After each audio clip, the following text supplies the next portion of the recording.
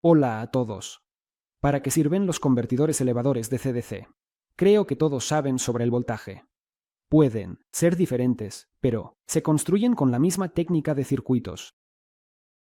La placa del convertidor MT3608 es la más popular entre ellos. Cuesta muy poco y tiene buenas características. En general, nosotros, los aficionados a la radio, la integramos en cualquier lugar. La placa es bastante económica. El consumo en vacío es solo Ma. Pero todo depende de la fuente de alimentación.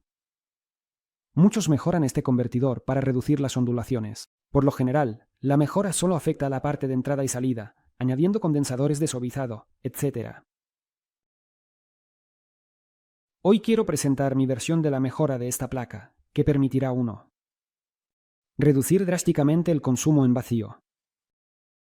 El convertidor no temerá cortocircuitos, ni sobrecargas. Muy a menudo, los radioaficionados utilizan un convertidor de este tipo para alimentar un multímetro desde una fuente de baja tensión. Esto se hace para ahorrar en baterías del tipo 6F22. En modo de espera. Eso es mucho. Mi versión permitirá reducir el consumo en vacío, atención, a 60 mA. Y eso es genial. Un convertidor súper eficiente que se puede dejar encendido tanto tiempo como se desee. Casi no consume nada. Veamos el esquema original del convertidor. Aquí, hay que prestar atención al cuarto pin del circuito integrado. Este es el pin de control del convertidor. En el esquema original está conectado al positivo de la alimentación. Si se conecta a tierra, el convertidor se apagará, y en la salida habrá el mismo voltaje que en la entrada, menos la caída de voltaje en la unión del diodo. Y aquí está mi versión modificada. El cuarto pin está desconectado del positivo y conectado a tierra a través de una resistencia de 50K. A la salida del convertidor está conectado un sensor de corriente en forma de una resistencia RX y un transistor de baja potencia, de conducción directa, cuyo colector está conectado al cuarto pin del circuito integrado. En esta placa, el cuarto pin del circuito integrado está conectado al quinto. Se pueden separar con la hoja de un cúter o una aguja. ¿Cómo funciona esto? Si el pin 4 está conectado a masa, el convertidor, en esencia, está apagado y consume del suministro de energía.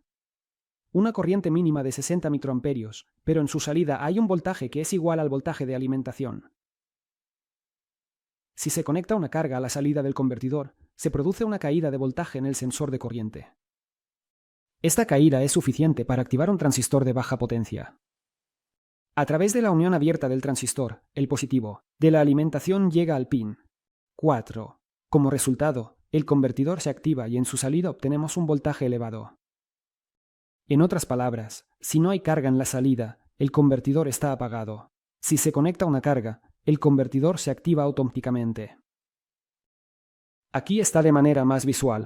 Desde el bloque de laboratorio llegan al convertidor unos 4 voltios. El multímetro rojo muestra la corriente de consumo del convertidor. El segundo multímetro muestra el voltaje en la salida del convertidor. Y, como vemos, el voltaje de salida es igual al de entrada y la corriente es de solo 60 y pico microamperios. El convertidor en este estado está apagado. Basta con conectar una carga, en este caso una pequeña lámpara incandescente, y el convertidor se enciende instantáneamente. El voltaje en su salida aumenta hasta el valor establecido. En cuanto a la corriente de carga, a la cual el convertidor se activará.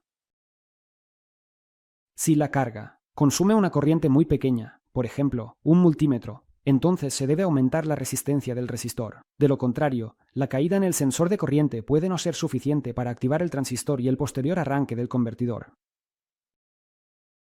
El resistor también limita la corriente máxima de salida. Actual. Las limitaciones dependen directamente de la resistencia del resistor y del voltaje establecido en la salida del convertidor. En el esquema proporcionado se puede añadir un divisor de voltaje. Esto permitirá ajustar la activación del transistor, ya que con este divisor se puede cambiar el voltaje de polarización. Es preferible un transistor con un alto coeficiente de amplificación, por ejemplo, compuestos.